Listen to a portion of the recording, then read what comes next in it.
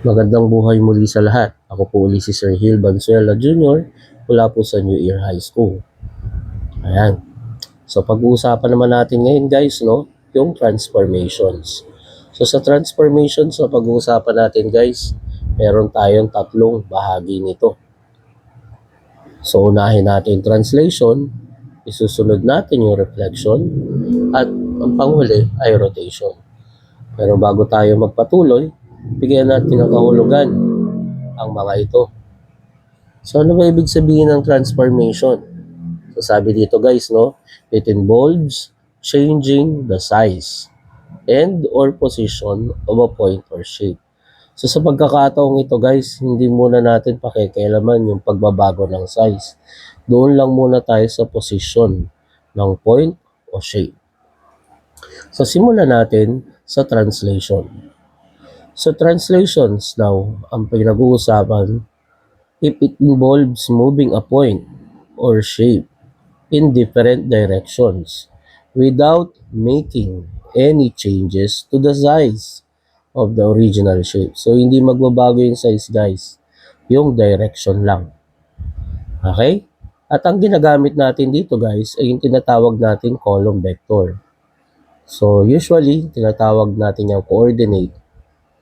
So, it used to describe the movement of a point or shape. So, ipapaliwanag ko sa inyo. Ayan. Ito yung tinatawag nating column vector. Ayan. Ayan. So, may value ng x, may value ng y. Ganun din po kung ang gagamitin natin ay coordinates. So, ano ba ibig sabihin ng x value dyan? So, sa x value daw dyan guys, it describes the horizontal movements. So, lahat ng may kinalaman sa horizontal movements, that is x, di ba? Sa x-axis. Sa horizontal number line, di ba? So, positive infinity, go to the right, negative infinity to the left. So, yan yung trabaho ni x. Pagdating sa y, guys, it describes the vertical movements. So, ibig sabihin, y-axis ang atake. So, pagpapunta tayo sa taas, that is pointing to positive infinity, at downwards naman, pointing to negative infinity. Ayan. So, malinaw na guys kung paano natin i-describe yung ating column vector or coordinates. So, unang case. So, sa case number 1, sabi dito, kapag si x daw ay positive guys, yung point moves x units in the positive x direction. Ano ibig sabihin ng positive x? Pupunta tayo sa right direction, pointing to positive infinity. Ayan. If x is positive. So, what if x is negative? So, that is the second case. So, if x is negative, sabi dyan, the point moves x units in the negative x direction. That negative x direction is to the left. Alright? Pointing to the negative infinity. Katulad nga ng pinag-usapan natin kanina. Papunta sa kaliwa. Ayan. So, sa case number 3 naman guys, sabi dito, if y naman is positive, so the points move y units in the positive y direction. Ang ibig sabihin nun, upward direction, pointing to the positive infinity. At syempre, ang pinakahuling, kapag y is negative, sabi dyan, the points moves y units in the negative y direction or downward, pointing to negative infinity. Ayan. So, magbigay tayo ng halimbawa.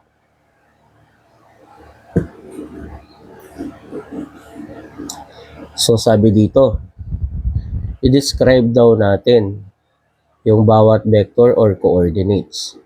So, remember guys, yung nasa taas ay x, yung nasa baba ay y. So, sasabihin natin, dahil ang x value natin ay positive, so 5 units to the right.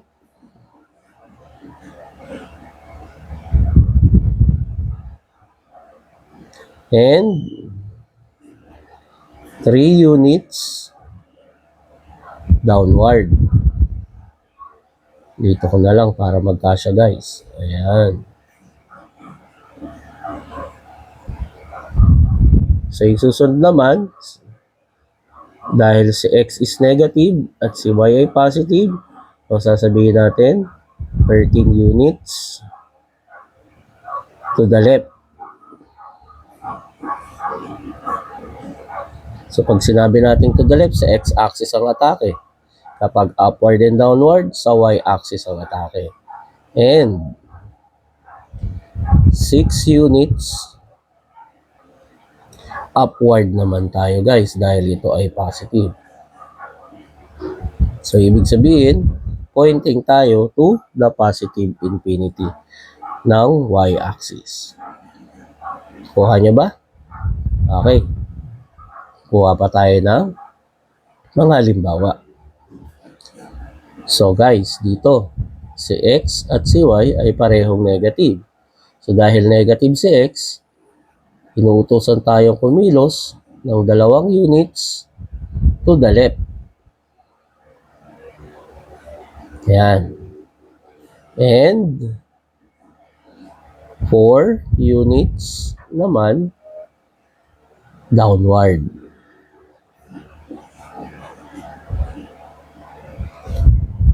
Ayan. Okay.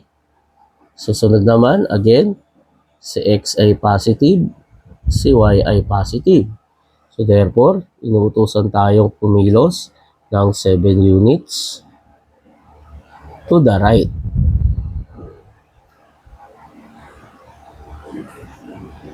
And 3 units upward dahil siya ay positive. At ang panghuli, again, si X natin dito guys ay negative. Si Y ay positive. So therefore, inuutosan tayo kumilos ng 6 units to the left. And 3 units upward. So sana naintindihan nyo guys. Yan muna ang basic kapag points or vectors lang ang pinag-uusapan natin. Hanggang sa muli, susunod pa tayong i-discuss tungkol dito.